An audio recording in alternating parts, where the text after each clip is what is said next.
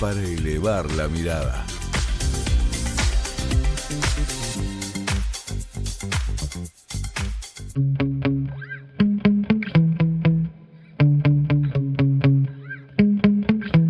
Yeah.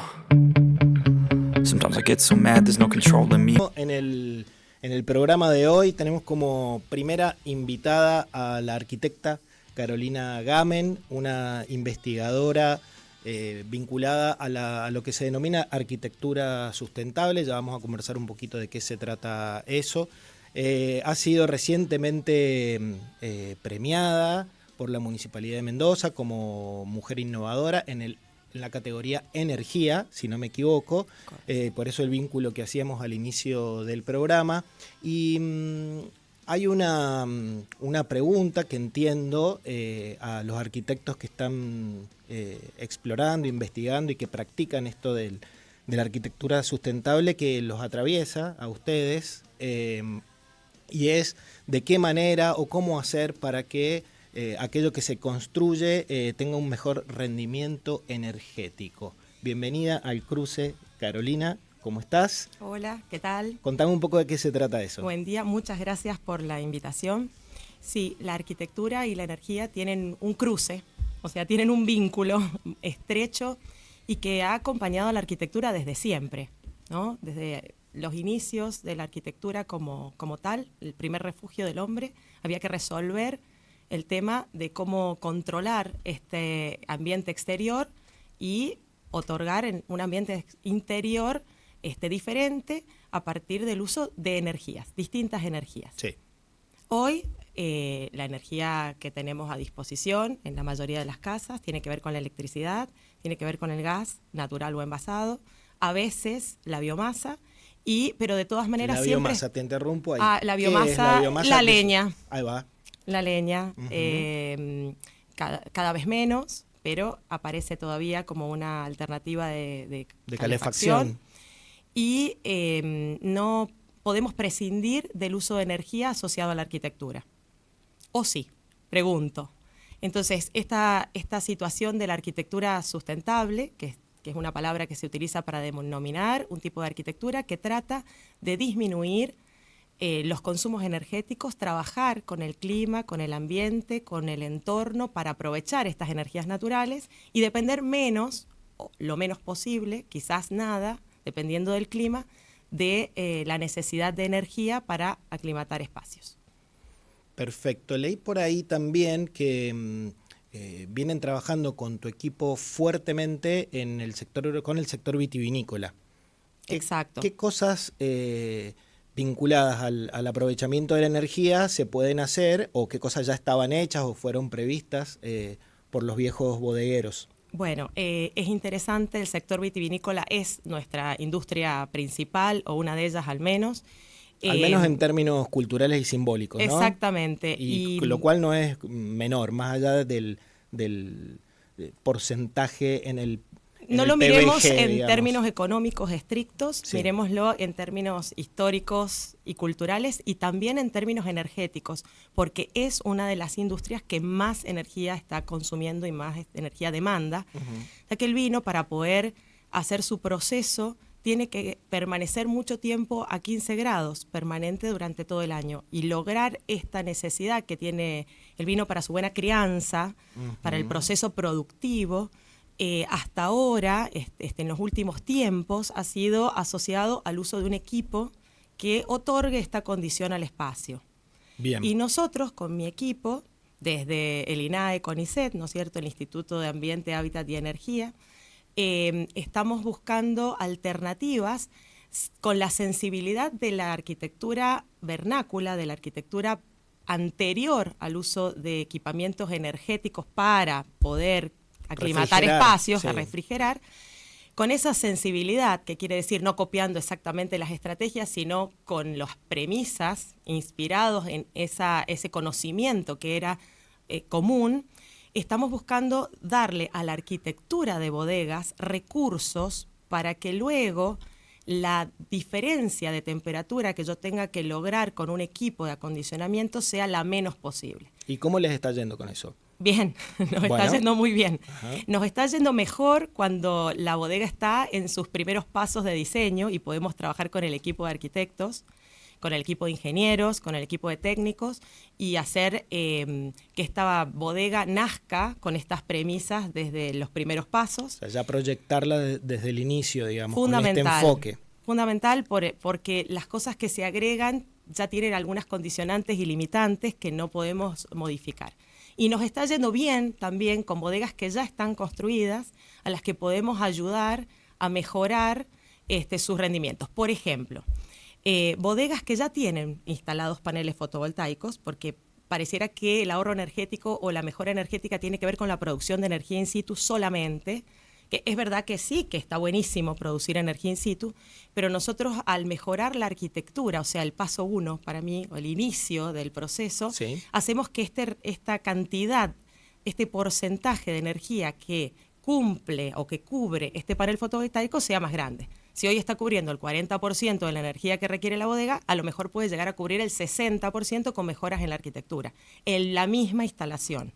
Claro, ¿no? aprovechan mejor esa capacidad productiva de los paneles. Exactamente, básicamente. la energía más eficiente, es la misma cantidad de energía, pero al estar en un entorno más eficiente arquitectónico, rinde más.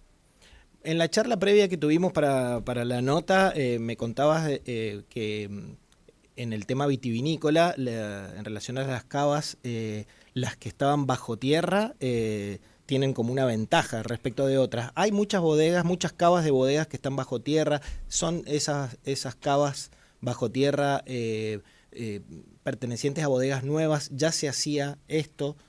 Es parte de lo que sería la tradición vernácula de las bodegas, no tan parcialmente en Mendoza, pero mucho en regiones del mundo, como por ejemplo en La Rioja, que eran cuevas en España, que es otra región productora de vinos y tiene un clima similar al nuestro. Sí. Ellos tenían cuevas y hacían estas pequeñas cavas en cuevas. En Argentina, en Mendoza particularmente, se utilizó mucho el adobe como recurso que tiene más o menos las mismas prestaciones, porque hacían estas paredes de 1 metro de adobe, que era prácticamente lo mismo que enterrar de alguna manera la cava. Actualmente hay muchas bodegas contemporáneas que se han hecho en los últimos años que entierran parcialmente o completamente la cava. ¿Y es significativo la refrigeración natural? El tip es el siguiente. Generalmente, y como una situación de cálculo rápido, la temperatura a la que está el suelo a nivel de estar enterrado, 2-3 metros bajo tierra, es la media anual de esa región. Y la media anual de Mendoza está alrededor de los 15 grados. O sea, entonces, si yo entierro, todo el año tengo 15 grados. Claro. Bueno. Es un dato. Un datazo. Es un datazo. Y hablando de tips, te llevo más al plano de lo doméstico. ¿Qué cosas se le puede recomendar a la audiencia en sus casas para hacer un mejor aprovechamiento de la energía? Pensemos en casas que ya están hechas, ¿no? Casas que ya están hechas. La arquitectura de Mendoza generalmente está tradicionalmente hecha con ladrillo. Sí. Entonces hablemos de ese tipo de casas que ya tienen una ventaja porque tienen este material que es el ladrillo que trabaja muy bien con el clima de Mendoza. ¿Sí? Uh-huh. No es el único, pero es el que tenemos generalizado y por eso vamos a hablar de ese. Lo que yo tengo que hacer entonces es prestar atención a cuáles son las partes móviles que yo tengo de mi envolvente. Por ejemplo, ventanas, toldos, persianas. Bueno, si alguno tiene algún tragaluz o algún lucernario, todo este tipo de elementos que se pueden lo que mover. Tenemos en las aberturas, por un lado. Por ejemplo. Y en los anexos. Bueno, los espacios intermedios, le decimos nosotros, pero serían galerías, atrios, dobles puertas. Hay casas que tienen tipo zaguanes.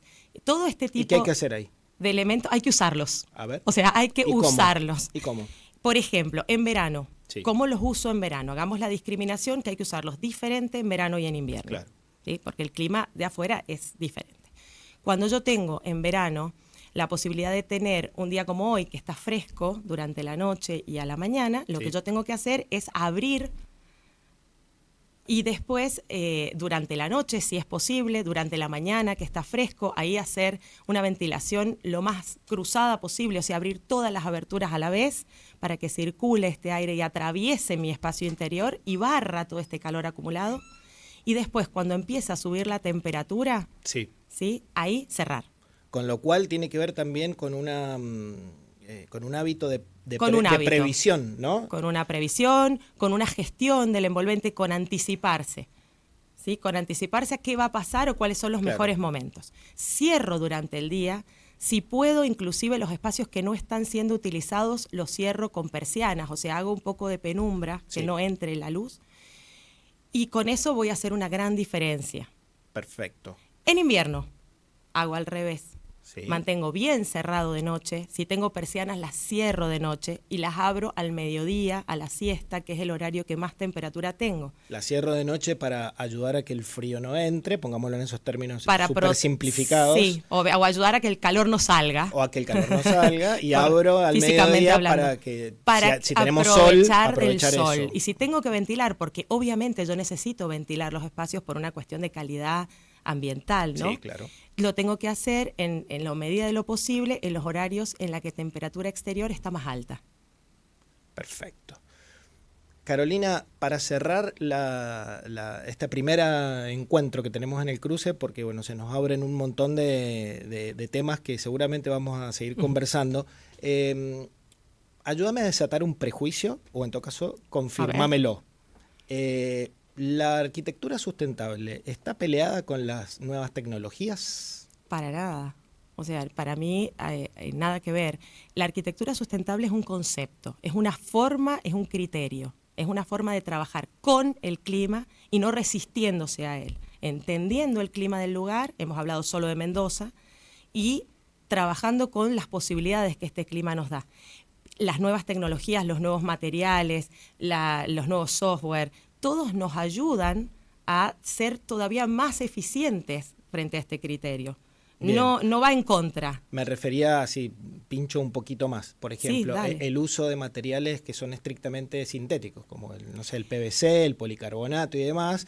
Yo presumo que desde el enfoque de la arquitectura sustentable sería preferible no usarlos porque son materiales que tienen una mayor huella de carbono al ser realizados. Entonces, ¿cómo manejan eso? El tiempo de uso es una variable muy importante. Bien. ¿No? Y la forma en la que ese material va a ser desagregado de esa construcción. Si yo lo puedo recuperar para utilizarlo en otra parte, ese material está bien utilizado. Es un gasto que tiene una huella, todo material tiene huella, ¿sí? Todo. Después en otra ocasión puedo explayarme de cómo se construye un ladrillo, o sea, cómo se hace un ladrillo. Eso también tiene una huella interesante. Bien. Pero lo importante es que ese material yo prolongue su vida útil. Entonces, lo preocupante son los poliuretanos y los polipropilenos de un único uso. Cuando yo compro la bandejita del supermercado con la carne y la tiro. Claro. O sea, eso es muy preocupante. Si yo lo voy a usar para que esté 50, 100 años y después lo pueda reutilizar, es un gasto justificado. Carolina, te agradecemos muchísimo tu participación en el cruce y nos vamos a estar comunicando en breve para continuar conversando sobre estos temas. Muchísimas gracias, cuando quieran. Vamos a la tanda, 11:21 minutos, 19 grados en la provincia de Mendoza. Think you got it all mapped out.